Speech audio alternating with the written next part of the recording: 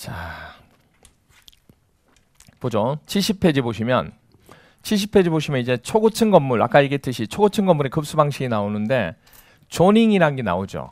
아까 이제 존이라고 하는 것은 구역을 이제 만들어주는 부분인데, 그래서 정의해 보시면 아무래도 초고층하고 최고층하고 그 다음에 최하층에 뭐가 생길 수밖에 없어요?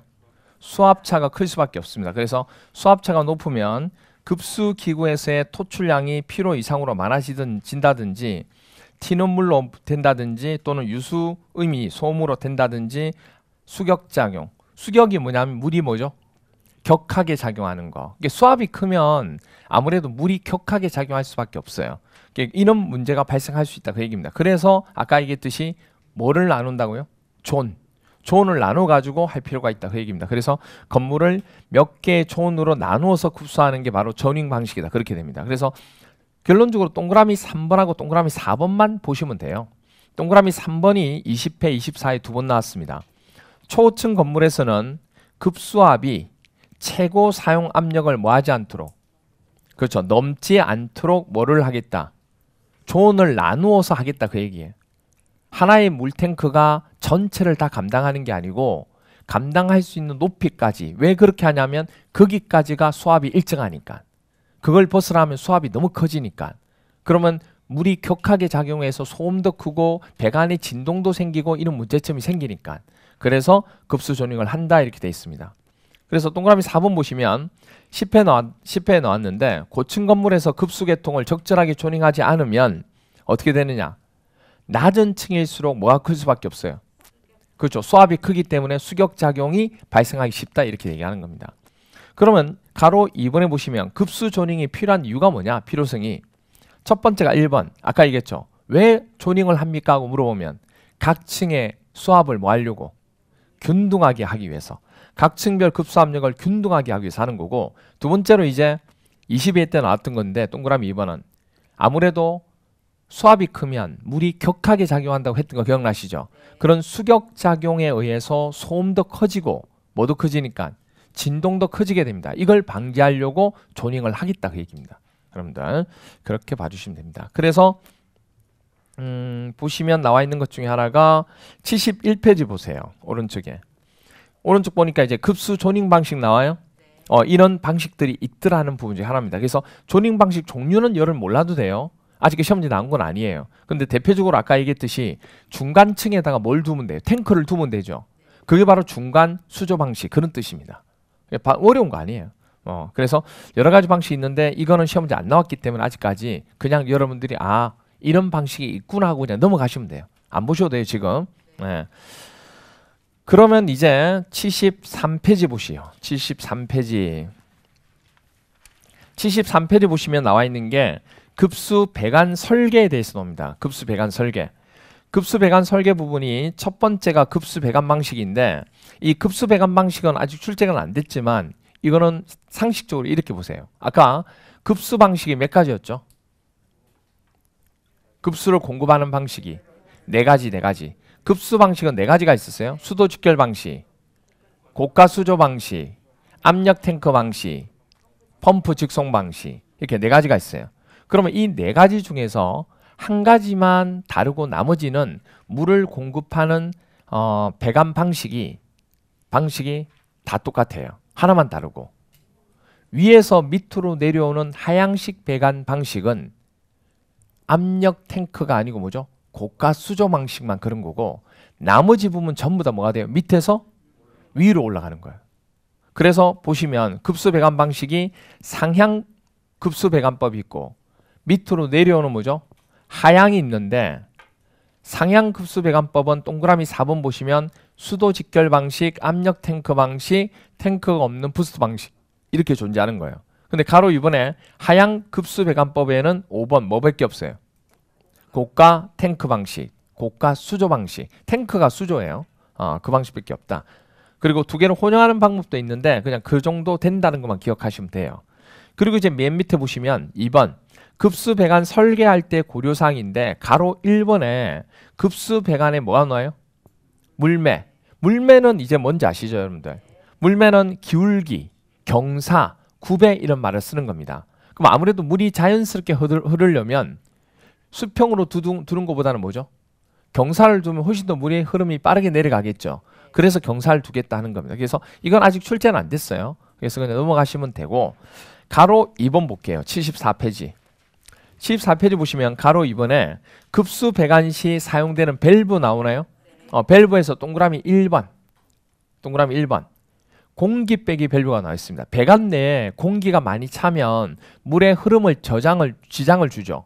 그래서 공기를 빼는 게 뭐죠? 공기 빼기 밸브예요. 그래서 2회 20일에 2번 나왔는데, 불가피하게 굴곡 배관이 되어서, 보통 우리가 배관 자체가 이런 식으로 직선으로 배관되게 되면 공기가 잘 생기지 않는데, 가다가 이렇게 꺾이는 부분이 생기게 된다는 얘기예요. 그럼 이런 꺾이는 부분이 생기게 되면 이 꺾이는 곳에 항상 뭐가 존재해요? 공기가 존재할 수밖에 없다는 얘기예요. 그래서 그 얘기를 하는 거예요. 그래서 불가피하게 굴곡 배관이 되어서 관 내 공기가 모이는 곳이나 요철 모양 있죠? 이렇게 올라갔다 내려갔다 이렇게 하는 거. 이런 모양의 우로 된 곳에는 보통 공기가 많이 생기기 때문에 이런 데 설치해서 공기를 뭐 해야겠다? 빼주겠다는 얘기예요. 그래 물의 흐름을 오죠? 원활하게 되니까. 그렇게 됩니다. 그렇게 되죠. 여러분 집에도 이제 겨울이 되면 난방을 하잖아요, 여러분들. 난방하게 되면 각 층마다 난방을 틀었을 때 가는 배관이 다 있는 거 아시죠? 거기에 보면 그래서 싱크대 쪽에 보면 아니면 그 보일러 쪽 그 보일러에 보면 뭐가 있어요? 분배기라는 게 있어요. 분배기. 각 층으로 가게 되는 파이프가 있다고요. 파이프 무슨 파이프예요? 지난 시간에 배웠죠. 일명 엑셀 파이프. 엑셀 파이프 기억나세요? 그런 하얀색으로 되어 있는 그 배관이 연결돼 있다고 그게. 그럼 그렇게 쭉 돼 있는데 그쪽 부분이 전부 다 분배기 형태로 돼 있는 거예요. 분배기. 그럼 그때 이제 나중에 시간이 지나면 거기 뭐가 차요? 공기가 차거든요. 사용 안 하면. 그래서 보통 공기가 차게 되면 물의 온도가 전도가 잘 될까요? 안 될까요? 우리 배웠잖아요. 이게 공기가 있으면 전도가 잘 안 돼요. 그건 아직 안 배웠구나. 안 배웠어요. 전도가 잘 안 되거든요. 그래서 전도가 잘 안 되기 때문에 어떻게 하냐면 공기를 뭐죠? 빼줘야 돼요. 물의 흐름도 문제가 되지만. 그래서 거기에 보면 항상 공기 빼기 밸브가 있어요. 그래서 공기를 쭉 빼주면 공기가 이렇게 처음에는 아무것도 안 나와요. 안 나온다는 게 뭐가 나온다는 얘기예요? 공기가 나온다는 얘기예요. 그러다가 뭐가 나와요? 물이 나오죠. 그럼 물이 나올 때까지 밸브를 열어놓으면 이제 그게 공기가 빠지는 거예요. 그 부분이. 그래야지 이제 균일하게 또 되고 하거든요. 뭐 그런 것들이 공기 빼기 밸브다 이렇게 보시면 돼요. 75페이지 보시죠. 오른쪽 75페이지 보시면 가로 3번 배관의 수격작용 나오나요?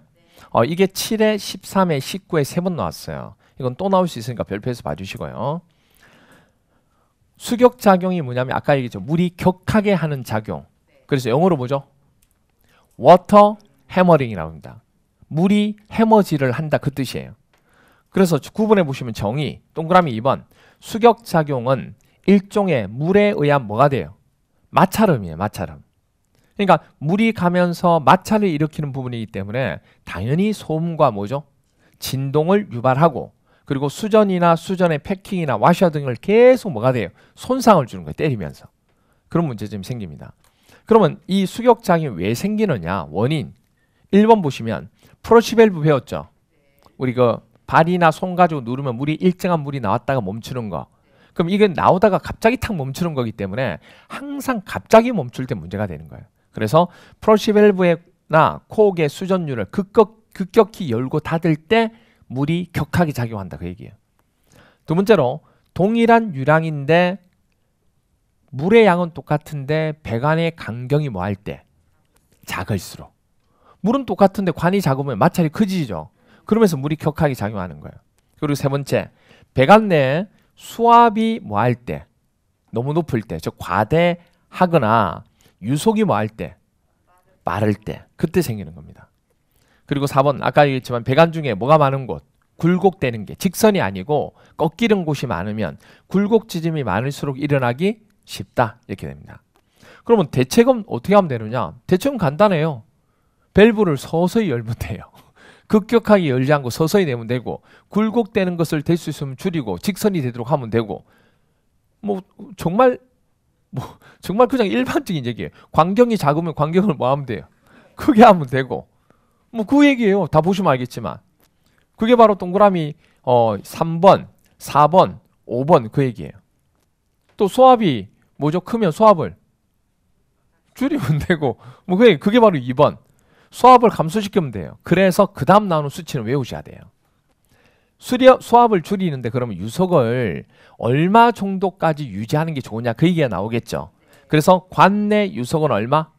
2m/s 이내로 느리게 하는 게 좋다는 거. 이건 이제 수치가 나왔기 때문에 외울 수밖에 없어요. 실험을 해보니까 수격장을 막을 수 있는 물의 속도는 얼마 정도 되냐면 1m당 2m 정도, 2m/s 정도가 됩니다. 에듀윌 유료 회원만의 명품 자료 서비스.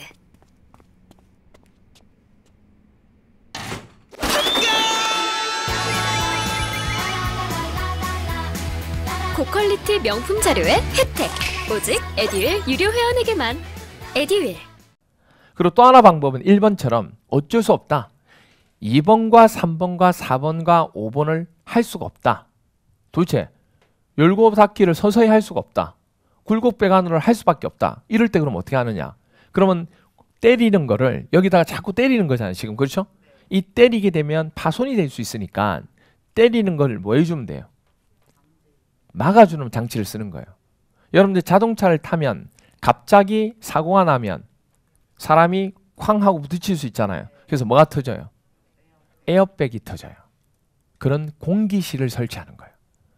그게 바로 기구류 가까이에 뭘 설치한다? 공기실. 영어로 뭐죠? 에어챔버라고 얘기합니다. 에어챔버.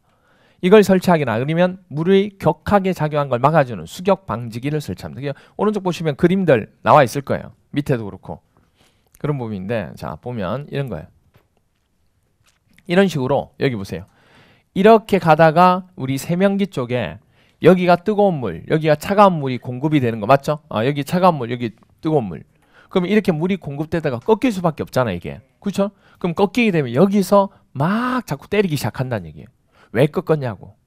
그렇죠? 그럼 여기 때리면 여기가 나중에 파손이 될 수 있고 이 꺾이는 부분은 두 개를 연결시켜주는 뭐 설치해야 돼요? 엘보를 설치하겠죠. 우리 배웠잖아요. 지난 시간에. 그럼 엘보를 설치했으니까 이 엘보를 자꾸 때리다 보면 엘보에 연결된 부분이 빠질 수도 있다는 얘기예요.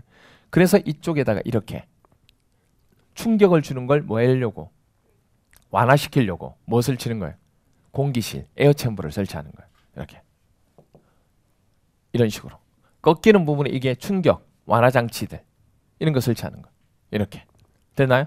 이런 것들이 일종의 뭐가 된다? 에어챔버나 수격 방지기, 수격 자금을 막아주는 장치다. 이렇게 보시면 돼요. 아시겠죠? 그렇게 됩니다.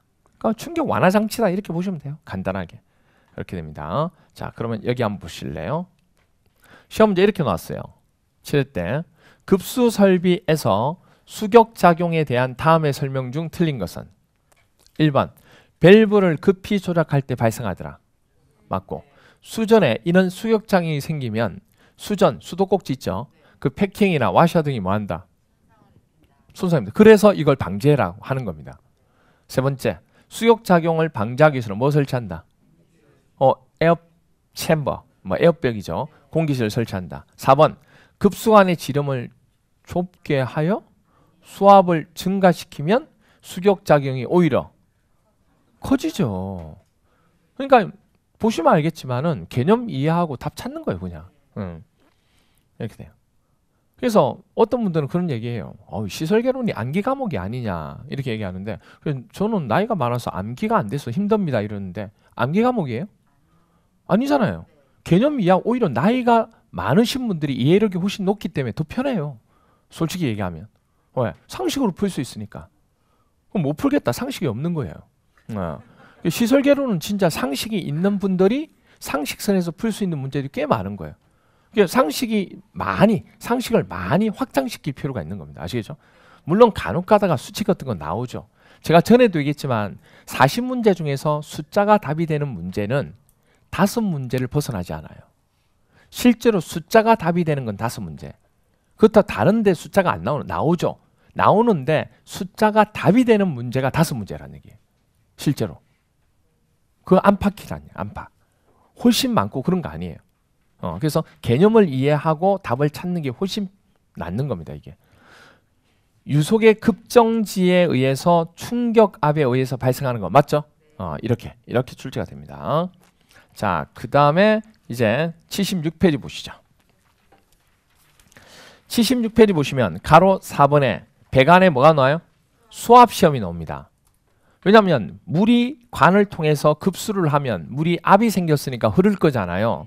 그때 너무 압이 커져서 배관에 파손될 수도 있고 연결되는 관 자체가 빠질 수도 있잖아요. 그러면 안 되니까 항상 건물을 지을 때 나중에 물을 보내기 전에 미리 테스트 해야 돼, 안 해야 돼요? 해야 돼요. 이런 물에 압을 줬을 때 이 관이 파손이 안 되고 그리고 관 자체가 뭐 정상적으로 작동하는지 그런 거 테스트하는 게 수압시험이라고 얘기합니다. 그래서 동그라미 4번 보시면 동그라미 4번 20회 시험이 나왔어요. 수도 직결 방식에서 급수 배관의 수압시험을 하게 되는데 수압시험의 기준은 배관의 최저부 배관에 왜 최저부를 선택했어요? 제일 센 데니까. 그렇죠. 최하층의 물의 압이 제일 크니까.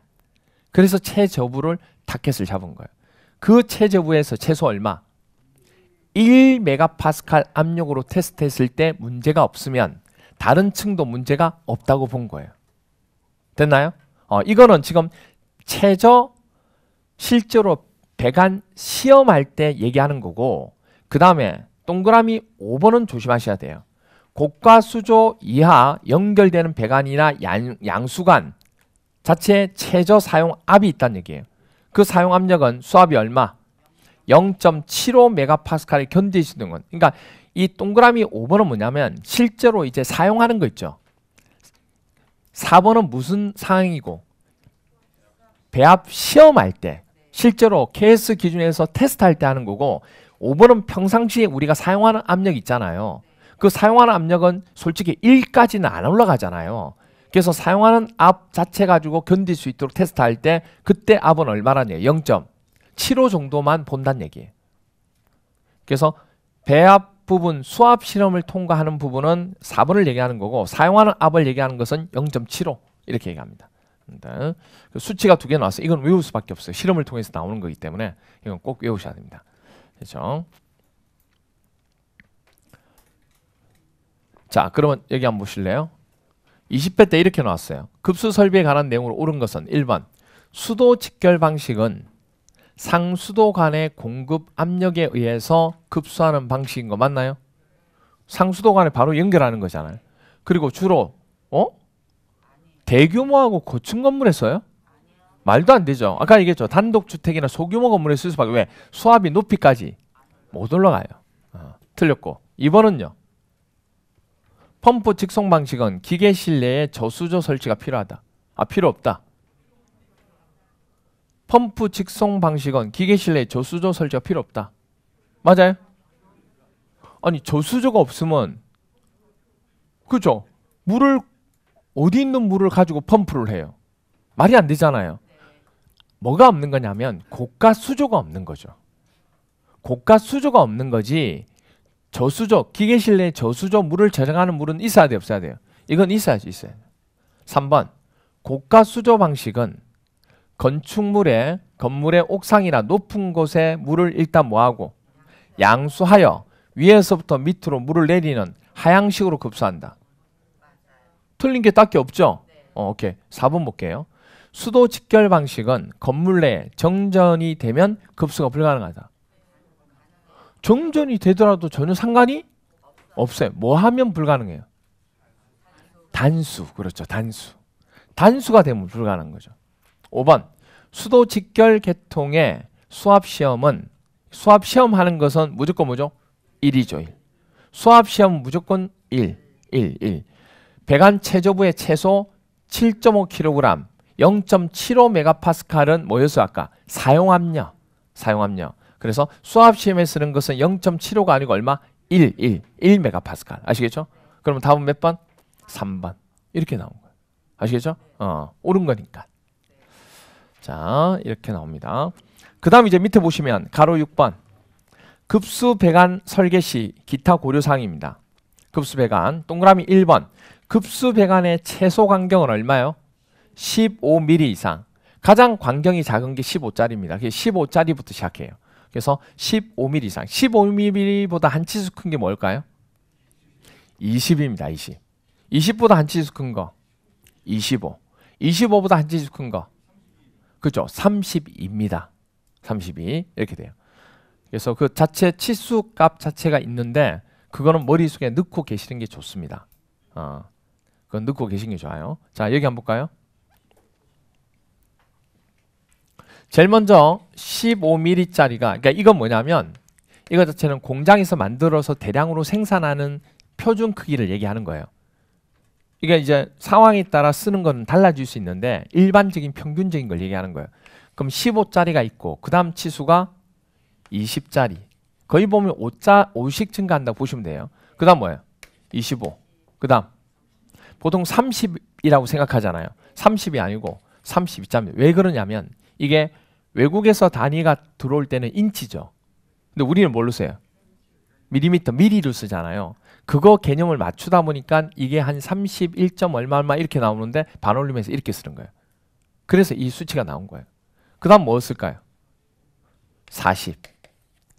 그 다음은요? 50. 그 다음은요?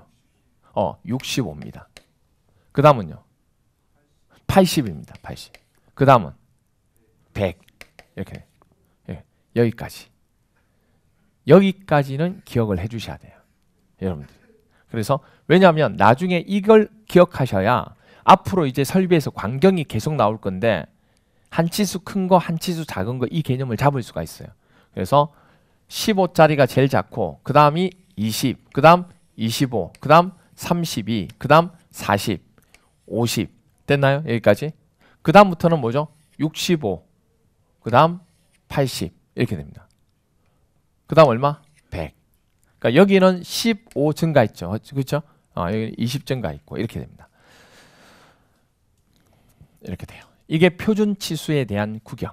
이렇게 돼요. 하나 외우기 시작. 그래서 나중에 이제 얘기하다가 25보다 한 치수 큰 거 뭡니까? 그럼 32. 32보다 한 치수 큰 거 40. 40보다 작은 건 뭐예요? 그럼 32. 이렇게 얘기할 수 있어야 돼요. 그래서 이거를 머릿속에 이거 넣고 계셔야 돼요. 아시겠죠? 우리가 그 정도까지는 안 해도 돼요. 딱 보는 순간에 관을 보는 순간에 이거 32, 이거 40 이 정도까지는 안 해도 돼요. 안 해도 되는데 이건 치수를 외우고 있어야 된다고요. 아시겠죠? 실질적으로 공사를 하다 보면 여러분들 광경을 딱 보면 그 광경이 직경이 얼마짜리인지 알아야 도구를 가지고 쓸 수가 있죠. 배관을 가지고 연결하고 접속 연결 부속관을 가지고 연결하려면 뭘 써야 되냐면 스패너나 이런 도구를 써야 되잖아요. 기계 장치를. 그럼 그걸 쓰려면 이 조절하는 스패너나 이런 치수가 있거든요. 그러면 뭐 1과 3분의 1인치, 그 다음에 뭐 2인치 이런 식으로 주문을 해야 가지고 와서 딱 해야 되는데 안 그러면 모든 기계 도구를 다 가져와서 하나씩 다 맞춰봐야 되잖아요. 그러니까 딱 보는 순간에 이 정도 치수는 얼마 치수다. 그 감이 와야 된다는 얘기예요. 뭐 여러분이 그것까지 할 건 없지만 그런 부분들 이렇게 돼요. 제가 군에 갔을 때 제가 이제 UDT라고 들어보셨어요? 제가 UDT 나왔거든요. 예. 들어보셨죠? 우리 동네 특공대 아니에요. 아니고 UDT로 갔다가 다 잊지 못하고 중간에 이제 심해 잠수하다가 제가 이쪽이 잘 안 들려요. 그래서 그래서 질문할 때 이쪽으로 하면 안 들리기 때문에 이쪽으로 하셔야 돼요. 이쪽이 안 들려요. 그래서 이쪽이 잘 안 들리기 때문에 장애 단급은 안 되더라고요. 안 되는데 잘 안 들려요. 그래서 하여튼 그랬는데 심해 잠수하다 이게 안 쓰러져 가지고 그래서 그 다음부터는 이제 야 도저히 못하겠다. 이런 죽을 수도 있겠다. 그래서 이제 퇴사 처리하고 그러면 남은 복무를 해야 되잖아요. 그래서 이제 그러면 지원하는 대로 다 갈 수 있어요. 원하는 대로 육상 근무도 해도 되고 배를 타도 되고. 근데 이제 해군에 왔으니까 그래도 배를 타자 해서 배를 탄 거예요. 그 배를 탄 게 LST라는 배가 있습니다. 인천 상륙작전 아시죠? 저는 정보가 곧 합격이라고 생각해요. 기출문제 특강이나 모의고사 자료집을 주시는 것도 좋았고 그 중에서 제일 좋았던 건 교수님의 쪽집게 정보였어요. 약간 합격을 위한 종합 패키지 선물을 받는 그런 느낌? 에듀윌 유료 회원 꼭 추천합니다. 그때 이렇게 앞에 도어가 열리고 탱크 막 나오는 거 보셨나요? 그게 바로 LST라는 군함이에요. 뭐 해군에 근무하신 분들은 아시겠지만 거기에서 근무하는데 거기에서 가서 뭐 했냐면 제가 보일러실에 있었어요. 보일러병은 아닌데 보일러실은 아니죠. 보일러실은 아니고 그 보일러 내에서도 하고 그다음에 그 엔진 부분 기계 장치에 대해서 하는데 처음 갔는데 뭘 안 와요. 제가 과는 건축가지만 뭐 기계를 만지고 할 그게 없잖아요. 갔는데 보일러 자체부터 시작해서 엔진 부분 돌아가는데 이제 뭐 고치고 해야 되죠. 수리를 해야 되는데 갑자기 스패너를 가져오라는 거예요. 몇과 몇 인치 스패너를 가져오라는 거예요. 몇과 몇 인치 스패너를 어떻게 아냐고 이게. 그 뭐 모르니까 일단 뭐 다 가져오고 막 그렇게 했죠. 그러니까 뭐 이제 스패너를 또 몇 대 맞고 그때는 뭐 많이 맞잖아요. 서 있으면 맞고 이거 아니잖아요. 몇 대 맞고 피 흘리면 다시 뭐죠? 같이 가져오고. 그럼 또 어떤 데 그래요. 소켓이나 이런 여러 가지 부분 유니온 같은 거 있으면 이 유니온 딱 치수를 보고 거기에 대한 스패너를 가져와야 되거든요. 그럼 딱 보는 순간에 이거 2인치 이거 3분의 1치 뭐 이렇게 딱 바로바로 나와야 된다고요. 안 그러면 다 가지고 와야 돼요. 그때 당시만 하더라도 이거 거의 다가 딱 보는 순간 광경을 보는 순간에 이건 몇 인치짜리가 거의 다 딱 잡으면 바로바로 나오죠. 하여튼 그랬던 기억이 납니다. 왜? 아니면 맞으니까. 이 맞는 게 워낙 힘이 커요. 맞지 않기 위해서 진짜 밤새도록 가서 체크하고 외우고 체크하고 외웠던 것 같아요. 그리고 바닥 그 배에 있는 파이프라인이 있거든요. 그 파이프라인을 외우지 않으면 어디에 문제가 생기는지 몰라요. 그 파이프라인을 외우려고 잠 안 자고 가가지고 이 데크 있죠. 데크 다 들어가지고 밑에 들어가가지고 파이프라인 체크하고 도면 다 그리고 색깔로 표시 다 해가지고 그리고 파이프라인을 다 외웠죠. 그래야 이제 엔진 부분하고 체크할 수 있으니까. 군에서 뭘 한 건지 하여튼 그랬던 기억이 나요. 안 맞아야 되니까 안 맞으니까 맞으면 피 흘리는 거는 뭐 대다수였으니까 뭐 하여튼 그랬어요. 하여튼 그런 기억이 나요. 인치 나올 때마다 하여튼 그래요. 하여튼 그렇습니다. 그래서 이거 부분 기억하셔야 돼요. 이 부분 아시죠? 이 부분. 자 이렇게 되고 그 다음에 그래서 보시면 급수배관의 최소 간격은 얼마라고요? 15mm 이상 이렇게 됩니다. 그리고 동그라미 5번 보시면 12회 때 출제가 되었는데 관로 물이 흐르는 관의 흐름을 얘기하는 겁니다. 관 안쪽은. 그럼 관로에 관성력과 중력이 작용하고요. 뭐냐면 관성은 뭐예요? 그 자리에 있으려고 하는 거죠. 중력은 계속 물이 뭐죠? 흘러서 내려가려고 하는 걸 잡아당기는 힘이에요. 이런 게 작용하게 되면 물이 자꾸 뭐하죠? 끊겨요. 물이 뭐냐면 배관 자체를 수평으로 만들어 놓으면 물이 흘러가야 되는데 흘러가지 못하고 자꾸 멈추는 끊김이 생기는 거예요. 그리고 관 자체에 뭐죠? 기울기를 잘 못하잖아요. 기울기를 잘 못하면 이 흐름이 계속 끊기는 거예요. 물이 자연스럽게 쫙 흘러가야 되는데 기울기를 잘 못하게 되면 물이 가다가 끊기고 막 그렇게 된다고요. 그래서 관성력과 중력이 작용해서 물의 흐름이 끊기는 걸 뭐라 부르냐면 수주 분리 현상이라고 그래요. 이런 현상이 뭐 하지 않도록 생기지 않도록 배관한다 이렇게 됩니다. 그 다음 이제 동그라미 6번 보시면 이런 수주분리 현상이 일어나기 쉬운 배관 부분에는 수격작용이 발생하지 않도록 배관을 설계한다. 그러니까 수주 분리가 생기면 수격작용도 같이 생겨요. 그래서 이런 게 생기지 않도록 해라 그 얘기입니다. 그리고 77페이지에 보시면 8번에 위에 보시면 8번에 급수 설비는 위생기구의 사용 목적에 적절한 뭘 만들어라? 수압을 확보해라 그 얘기예요. 뭐 당연한 일반적인 얘기입니다. 이거는. 그 다음 이제 나와 있는 게 3번이 급수 설비의 수질 오염인데 이건 별표에서 봐주시고요. 이건 자주 나왔습니다. 급수 설비의 수질 오염 가로 1번 원인인데 이게 13회, 14회, 19회, 20회 나왔어요. 원인은 배관이 뭐함으로 해서 부식되면 물이 오염될 수밖에 없죠. 두 번째가 급수 설비가 물을 다 쓰고 보냈는데 그 급수관으로 보냈던 물이 뭐죠? 배수가 역류되는 거예요. 그럼 오염이 되겠죠. 그 다음 저수 탱크, 우리 탱크에다가 물을 저장해 놓잖아요. 그때 이물질이 들어와 가지고 탱크에 있는 물이 뭐죠? 오염이 되는 겁니다. 그런 것들.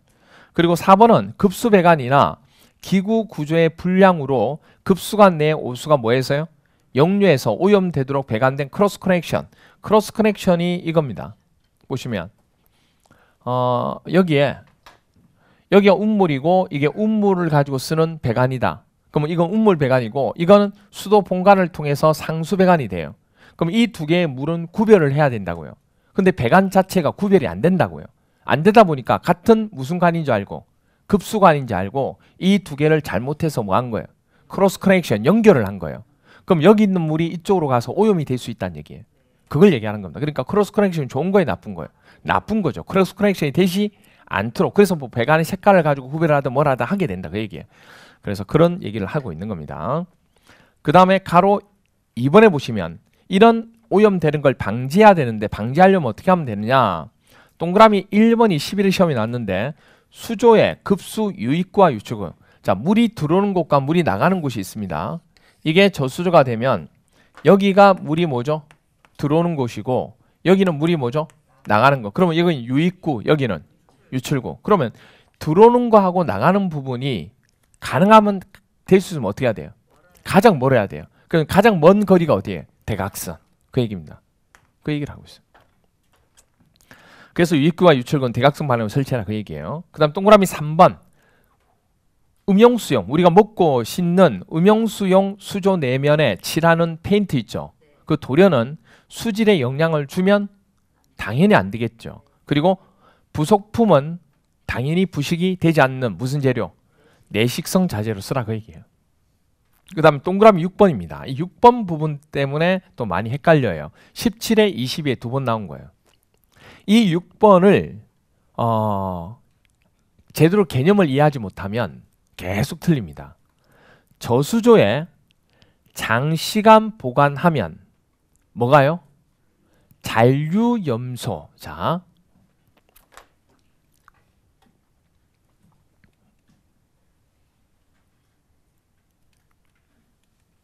여기 한번 보세요. 잔류염소가 뭔지를 아셔야 돼요, 여러분. 잔류염소가 뭔지 모르면 이 지문이 나올 때마다 계속 틀려요. 자, 잔류염소 보세요, 뭔지. 잔류염소란요, 물을 뭐 했죠? 염소 있죠, 염소. 염소로 뭐 했을 때? 소독했을 때. 물 속에 특정한 형태로 뭐 하는 거? 존재하는 염소를 뭐라 불러요? 잔류염소다 이렇게 얘기합니다. 그래서 일반적으로 잔류염소는 0.02 ppm에서 30분 정도 지나면 수인성, 사람이죠, 사람.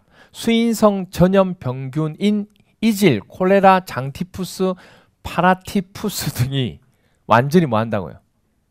소멸돼요. 그러니까 쉽게 설명해서 이게 뭐냐면 소독이에요, 소독.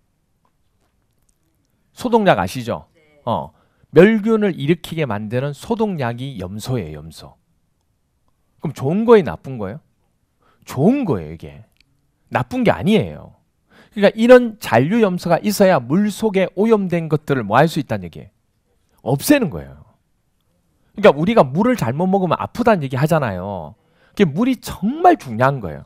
그러니까 어떤 나라에는 물을 먹었을 때 그 물이 정말 물맛이 좋다는 얘기가 그냥 나온 게 아니에요. 우리나라도 물맛이 좋은 나라에 속하잖아요. 그렇죠? 근데 뭐 다른 나라 가도 물맛이 좋은 나라도 있죠. 스위스 이런데. 스위스도 좋죠? 안 좋나요? 안 가봤어요. 에비앙이 어디 거죠? 프랑스 거죠.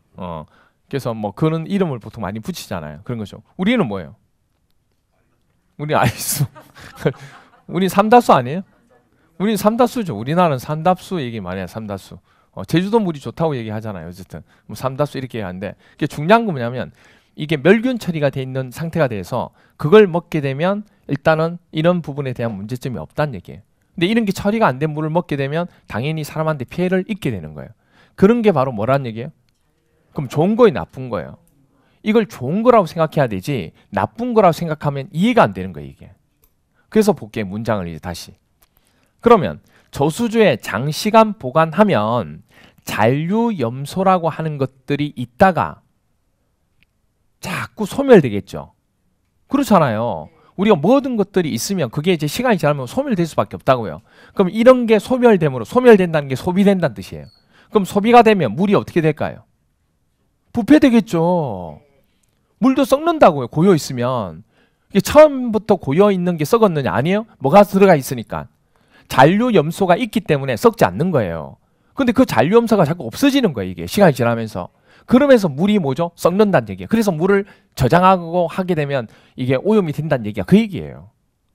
그게 자꾸 흐르도록 해야 된다 얘기 하잖아요. 우리가. 그 얘기예요. 그래서 보면 잔류염소 소비로 부패되기 쉬우므로 필요 이상 저장되지 않도록 한다. 그러니까 물을 많이 저장하지 않아야 돼요. 왜? 그게 되면 나중에 잔류염소가 없어지면서 이 물이 오염되니까. 그래서 아까 얘기했듯이 저수조 부분에 물을 계속 두게 되면 오염이 클 수밖에 없다고 얘기하는 거예요. 됐나요? 그게 잔류염소가 안 좋은 게 아니라고요. 근데 여러분들 이걸 개념을 모두 있으면 자꾸 이거 문제 나올 때마다 잔류염소 가지고 얘기를 하는데 잔류염소가 안 좋은 건지 알면 이 말이 맞지 않다고 이게. 아시겠죠? 그래 그걸 기억하시면 이제 됩니다. 아, 잔류염소가 소독약이구나. 이렇게 생각하시면 돼요. 아시겠죠? 그래서 그런 부분이 있어야 물이 부패되지 않는 거구나. 근데 이게 없어짐으로 해서 물이 뭐 한다? 부패가 된다. 이렇게 생각하시면 돼요. 그 다음에 7번. 7번 보시면 저수조에 설치된 넘침관 이겁니다.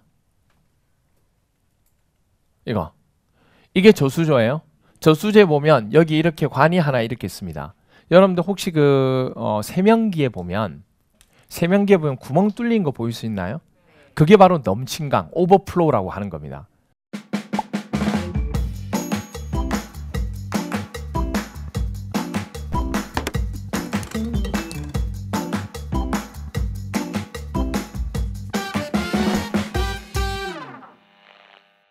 그쪽으로 물이 찼을 때 넘쳐서 밖으로 나가지 않고 그쪽으로 빠지도록 만든 거예요.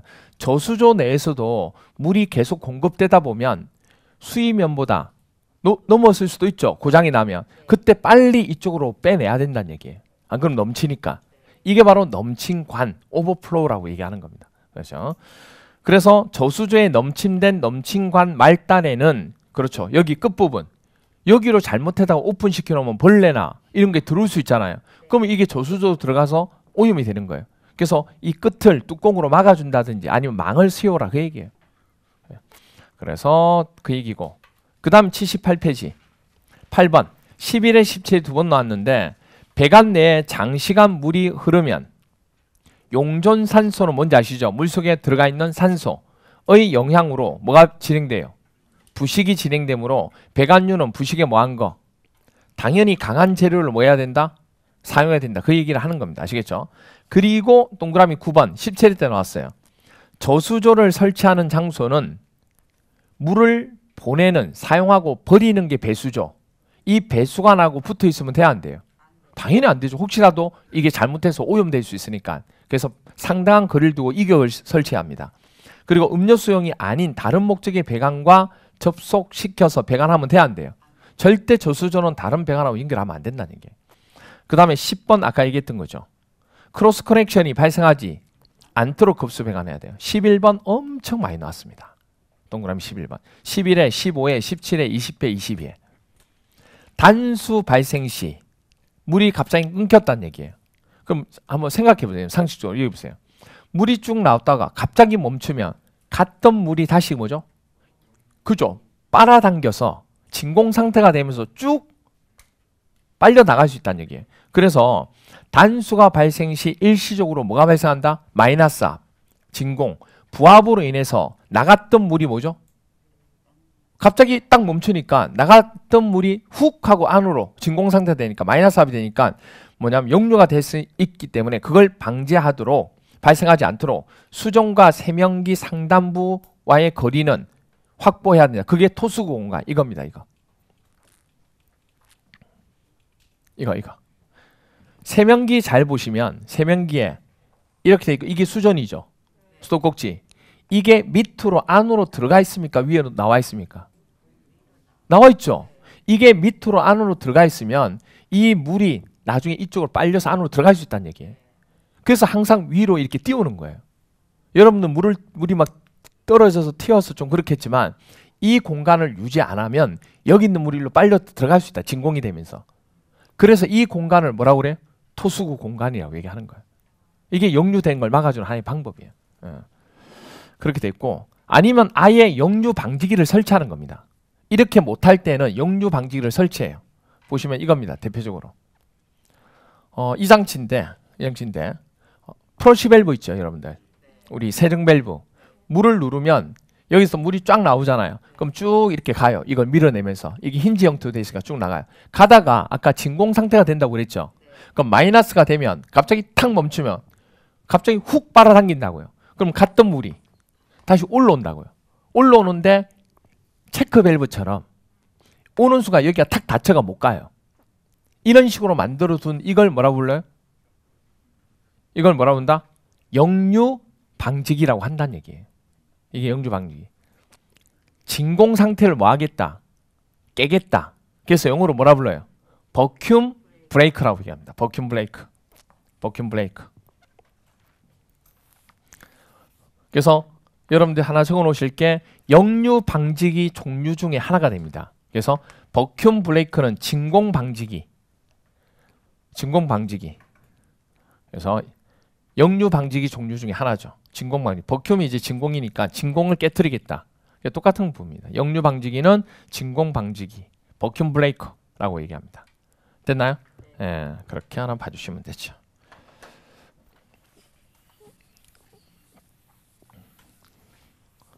자, 그러면 22회 때 이렇게 나왔어요.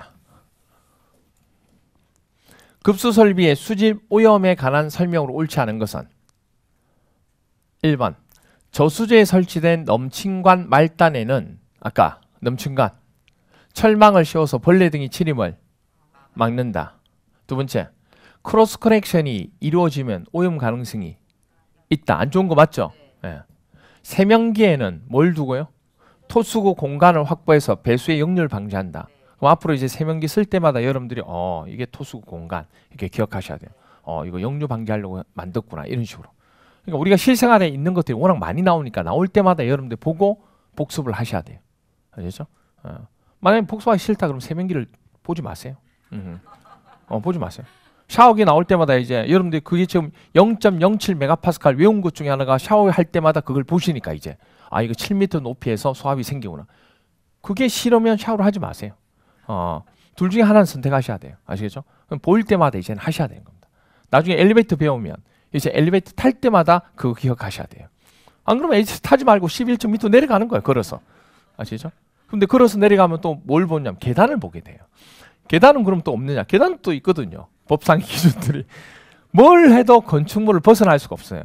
그러니까 하면서 복습을 하시는 게 제일 좋아요. 시설계로는 얘기했잖아요. 우리 안기장 같은 거 지금 우리 별척부린 안기장 하고 하잖아요. 그 부분도 하루아침에 공부를 할 때 하려고 하면 안 돼요. 매일 조금씩. 한꺼번에 하려고 그러면 시간 너무 오래 걸려요. 그러니까 하루에 몇 페이지씩. 아시겠죠? 딱 해당하는 날짜를 정해가지고 그렇게 해주셔야 이걸 볼 수 있지. 안 그러면 한꺼번에 하려고 그러니까 너무 벅차고 힘든 거예요. 시설개론의 암기장은요. 매일 조금씩 하는 게 그게 제일 좋습니다. 매일 조금씩. 그래서 정말 내가 물방울을 가지고 바위를 뚫겠다는 생각으로 그렇게 조금씩 하다 보면 어느 순간에 물방울을 가지고 바위를 뚫을 수 있어요. 그 뚫리는 순간에 뭐가 되는 거 이제? 합격이 되는 거죠. 뚫리면 그 밑에 구멍에 합격이라고 적혀 있어요. 아시겠죠? 그러니까 그렇게 하셔야 돼요. 진짜 정말 휘발성이 강해요. 진짜 휘발성 엄청 강합니다. 이게 시설개론이. 자, 그렇게 돼 있어요. 그 다음에 4번 물탱크에 물이 오래 있으면 오래 있으면 잔류염사가 증가해요. 그러니까 잔류염사가 뭔지를 모르면 나쁜 건 줄 알고 뭐 의감은 좀 잔류염사 좀 안 좋은 것처럼 보이잖아요. 그러면 그렇지 증가하면 오염 가능성이 커진다. 맞네 이렇게 된다고. 잔류염소는 뭐다고요? 좋은 거라고요. 이게 오히려 증가하는 게 아니고 뭐한다? 감소하게 되는 거죠. 그래서 오염 가능성이 커지는 겁니다. 아시겠죠? 그게 틀린 거예요. 4번. 개념을 이해한다는 게 얼마나 중요한지 여러분들이 지금 보고 계시는 거예요. 그 다음에 대변기. 특히 아까 우리 보셨던 거 내가 사진 보여드린 거 있죠. 그림. 그게 바로 뭐냐면 프러시 밸브 있죠. 세정 밸브. 발로 밟으면 물 쫙 나오는 거 있잖아요. 거기에 설치된 곳이에요. 그런 식으로 대변기에 물을 세정 밸브를 누르면 쫙 나왔다가 갑자기 진공 상태가 되면 멈추면 물이 역류할 수 있다고요. 그걸 막는 게 아까 뭐였어요? 버큐움 브레이커. 이거를 설치해서 배수의 역류를 뭐한다? 방지한다. 이 버큐럼 브레이커가 역류 방지기니까 아시겠죠? 이렇게 봐주시면 됩니다. 그렇죠? 거기까지가 우리가 급수 배관에 관한 설명을 드렸습니다. 그 다음 이제 79페이지부터 나오는 거는 이제 무엇에 대한 설명이냐면 펌프 있죠. 펌프에 대한 설명입니다. 이 펌프에 대한 설명이기 때문에 이거는 조금 쉬었다가 이제 펌프 부분 설명하면 급수 부분에 대한 설명이 끝나는 거예요. 급수가 2.4 되게 문제가 많이 나오는 거기 때문에 중점적으로 좀 봐주셔야 됩니다. 좀 쉬었다 들어가죠. 주택관리사 합격! 에듀윌 합격 패스! 에듀윌 공무원 공인중개사 에듀윌 합격 패스 편입도 토익도 에듀윌 합격 패스 합격까지 초고속 에듀윌 합격 후